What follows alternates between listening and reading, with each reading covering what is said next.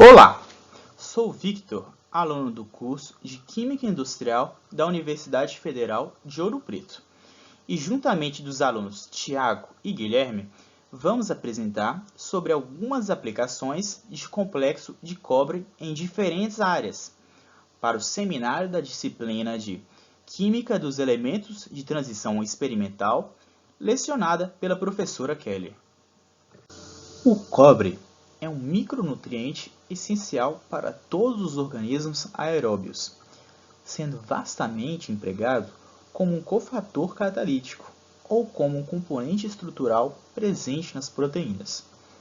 Além de possuir a homeostase fortemente regulada e estar envolvido em várias funções biológicas. Dentre elas, podemos listar o metabolismo de energia, transporte de oxigênio, atividade enzimática, sinalização celular, síntese do DNA, formação dos glóbulos vermelhos e ossos, entre muitas outras. Na figura 1, nós podemos observar uma dentre as diferentes aplicações do cobre. O material em si é presente em diversas ocasiões do nosso cotidiano e é empregado em diversas áreas distintas e com diferentes funções. Nesse caso, é utilizado nos fios de cobre que estão presentes em diversos componentes eletrônicos, mas que também, por suas excelentes características como metal, dentre elas maleabilidade, ductilidade, resistência à corrosão. Nesse caso, nós vamos ver quanto suas características na utilização em complexos metálicos da área de química inorgânica. Nesses complexos de cobre-2, vão ocorrer transições eletrônicas internas do tipo DD, que são devido ao elétron desemparelhado que esses complexos vão apresentar. Os complexos de cobre-2 são paramagnéticos e normalmente vão ser coloridos, das cores azuis ou verdes, devido a essas transições comentadas. E na figura 2, podemos observar 3 exemplos das variações que os íons complexos de cobre-2 podem apresentar. A camada D incompleta vai possibilitar a hibridização, levando a diferentes geometrias para cada um dos complexos de cobre-2. O número de coordenação do cobre-2 vai variar entre 4 e 8, e a geometria que o mesmo vai poder adotar é quadrada planar, bipirâmide trigonal ou octaédrica, para os números de coordenação 4, 5 ou 6, respectivos. Os complexos metálicos com geometria octaédrica de íons D9 e D4, no caso spin alto, são frequentemente distorcidos nesses complexos, de modo que o comprimento das duas ligações axiais podem ser mais curtas, do tipo octaedro comprimido, ou podem ser do tipo mais longas, que são octaedro alongado, do que aquelas que vão estar encontradas no plano equatorial. Esse comportamento que vai acontecer nos complexos é conhecido como distorções de Jahn-Teller, ou tetragonais, e elas vão ser acompanhadas por variações na simetria e um desdobramento dos conjuntos de orbitais T2G e EG. No caso, vai ser menor energia e maior energia, respectivamente. Quando as ligações axiais desses complexos estão alongadas, os orbitais D, que possuem componente no eixo Z, vão estar estabilizados. Já no caso de outras ligações axiais restantes, ou seja, as demais, elas vão estar desestabilizadas. Devido ao efeito Jahn-Teller, os complexos de cobre-2, no caso com número de coordenação 6, vão estar apreciavelmente distorcidos.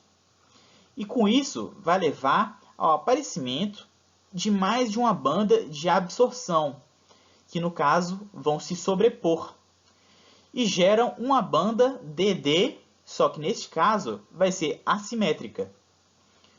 O efeito que ocorre nos complexos metálicos discutido, chamado distorções de Jean-Teller, pode ser observado na figura 3 do slide. E como podemos olhar, as distorções que ocorrem em octaedro e as suas respectivas variações de energia nos orbitais. Os sais metálicos de cobre 2+, são extremamente versáteis e vão apresentar uma elevada reatividade, alta disponibilidade, baixo custo e alta solubilidade, além de ser facilmente manipulados. Por isso, diversas vezes são utilizados na literatura. Tendo visto uma importante introdução ao cobre, com suas características que conversam com o que vimos nas disciplinas tanto teóricas quanto experimentais de inorgânica, agora partimos para as aplicações dos complexos com este átomo. Primeiramente, a possível aplicação de complexos de cobre como quimioterápicos é tema de grande interesse, principalmente os complexos de cobre contendo ligandes NN doadores que atuam como nucleases sintéticas, ou seja, atuam sinteticamente como enzimas que são capazes de quebrar as ligações entre os nucleotídeos, adenina, guanina, citosina, timina ou uracila, que são subunidades do DNA, o que está sendo evidenciado nessa figura aqui, em que o DNA está sendo quebrado por uma nuclease. E essa atividade como nuclease faz com que esses complexos facilitem o processo de intercalação ao DNA, processo em que a estrutura terciária do DNA, a hélice, tem sua conformação alterada. Devido a isso, ocorrendo bloqueios de suas funções, o que pode levar à desaceleração ou mesmo inibição dos processos de transcrição e replicação. Por exemplo, este complexo apresentado na figura é capaz de clivar o DNA, quando sua espécie reduzida se liga a uma porção do DNA, e ao combinar com o oxigênio molecular, induz a cisão da cadeia por oxidação, inibindo o crescimento das células tumorais. Sendo que o ligante presente nesse complexo, a fenantrolina, é também de bastante interesse, pois estudos demonstraram que esse ligante nos complexos metálicos, como os de cobre, pode aumentar a taxa de entrada do mesmo nas células tumorais e induzir o processo de apoptose, que é um processo de morte celular programada, no qual o conteúdo da célula é compactado em pequenos pacotes de membrana para coleta pelas células do sistema imunológico. Esses complexos fazem isso pela inibição da atividade do proteasoma, complexo proteico responsável por degradar proteínas intracelulares, usado para destruir proteínas danificadas ou proteínas com erros de síntese. Assim, os complexos contendo a 1,1-fenantrolina, também conhecidos como só fenantrolina, podem ser bons agentes antitumorais, além de atuarem no sistema de clivagem do DNA previamente mencionado. Outros vários complexos de cobre foram sintetizados e avaliados perante o seu potencial antitumoral também, sendo que muitos destes complexos têm demonstrado resultados promissores na inibição do crescimento das células tumorais. Por exemplo, os complexos de cobre 2 com derivados de terpiridina. Esses complexos apresentaram baixa toxicidade em células normais e, ao mesmo tempo, boa atividade citotóxica, ou seja, boa atividade para destruição de células tumorais, no caso dos tumores já pesquisados, o adenocarcinomas de pulmão e câncer de mama. E importante ressaltar a importância para o tratamento do adenocarcinoma com esses complexos, porque esse é um tipo de câncer que se origina nos tecidos glandulares, formados por células com capacidade de secretar substâncias para o organismo, e por isso são cânceres de difícil remoção por cirurgia, crescendo rapidamente e agressivamente, porque eles têm capacidade de gerar metástases. Esse complexo de cobre aqui com terpiridina na figura, ele foi retirado de um artigo em que ele apresentou in vitro, boa atividade citotóxica contra o câncer de ovário, além da capacidade para causar apoptose, que eu também já defini mais atrás, por exemplo.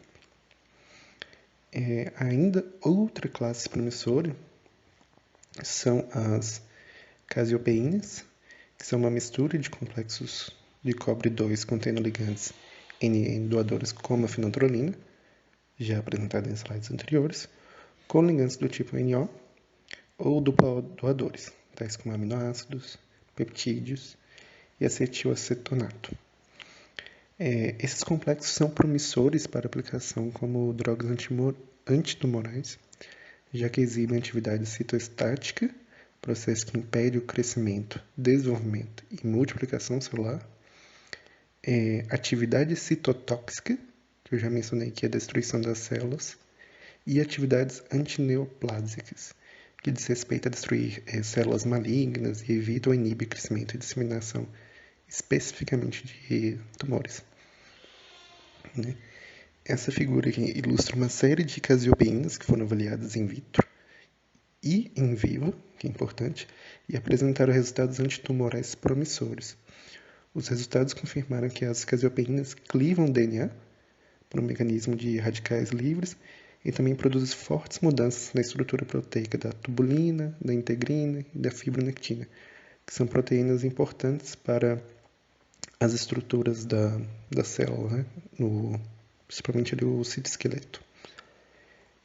Outra grande utilidade das casiopeínas é que, como os fármacos antitumorais interagem de forma eficiente com o DNA, elas também exibem atividade tripanocida, mas isso só foi pesquisado até onde foi encontrado in vitro, tá? Ou seja, pode ser que elas ajudem no combate a doenças causadas pelos tripanossomas. São protozoários, doenças essas como a doença de Chagas, que seria de bastante relevância para o Brasil, né? E in vitro também, elas apresentaram valores de concentração inibitória similares ao nifurtimox, que é um dos medicamentos usados no combate à doença de Chagas e a doença do sono também, que é uma doença também com tripanossoma que ocorre no continente africano. Olá a todos, eu vou dar sequência com a apresentação, descrevendo mais uma aplicação de complexos de cobre, nesse caso, né, os fungicidas públicos em cafezais. Então, é necessário, né, para que essa aplicação aconteça, o cobre complexado deve apresentar uma alta insolubilidade, né, em água, para que, desse modo, seja feita a liberação das partículas de cobre pela planta, que vai atuar como uma camada protetora. Então, dando sequência, eu vou descrever inicialmente as três funções principais do cobre nos cafezais, né? Inicialmente, a nossa principal ação fungicida, né, que vai formar a camada protetora, como eu disse, a partir da liberação das partículas de cobre do complexo na planta, de modo a promover um controle de doenças efetivo sobre a mesma. A segunda ação está associada ao efeito nutricional, dado que o cobre ele auxilia na fixação do nitrogênio pelas leguminosas na planta, além de auxiliar pela transpiração das plantas, né, a partir do balanço de nutrientes. Em seguida, a gente também tem a atividade tônica, que o cobre vai, né, auxiliar na reação de antietileno, de modo a promover, né, amenizar o desfolha em plantas, que é uma coisa muito importante. Então, o nosso foco da aplicação está associado à ação fungicida, né, que eu vou detalhar mais à frente. Então, aqui, né, na ação fungicida, a gente tem, né, que a forma do cobre 2+, né, acumula-se, né, acontece a formação de complexos com as enzimas, os fungos que possuem os grupos sulfidrila, hidroxila, amina ou carboxila. E o que é importante disso aí? Bom, com essa formação dos complexos com as enzimas, acontece uma inativação das mesmas, né, gerando uma desordem generalizada no metabolismo e o rompimento da integridade da célula. E é interessante saber que esses fungicidas, né, eles têm um mecanismo que ataca em vários sítios da planta, né? Então, acontece essa proteção em várias regiões, né, da planta com a utilização do fungicida. E apesar desse fungicida ser usado há muito tempo, não existem ainda relatos de resistência dos fungos a eles.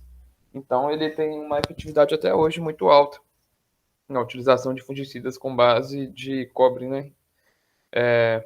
Então, como eu falei, né, os fungicidas ele tem essa ação protetora, né, pela formação dessa camada que vai, né, combater essas doenças, né, protege a planta contra doenças, né, e os grupos principais, né, dessa proteção é o hidróxido de cobre, o oxicloreto de cobre, né, o óxido cuproso e o sulfato de cobre.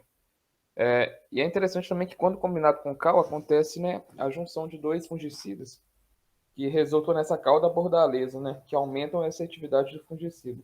Então é muito comum acontecer mistura de fungicidas para aumentar, né, a efetividade do fungicida sobre as plantas. Então, dando sequência, aqui eu vou descrever um pouco da importância da utilização de fungicidas cúpricos. Então, o que acontece, né? Eles são muito importantes no controle de doenças, né, a partir da formação da camada protetora. Além disso, é muito importante também, eles auxiliam, né, nesse controle de doenças, que são principalmente a ferrugem e a cercosporiose, e logo eventuais ataques, né, de fungos, como o Coletotrichum.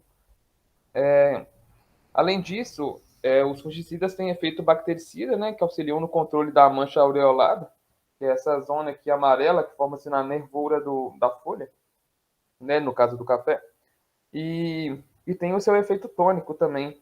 Como eu descrevi lá, ele é muito importante porque ocorre pela sua ação antietileno, né, que retarda a desfolha dos cafeeiros, né, não permitindo que as folhas caiam.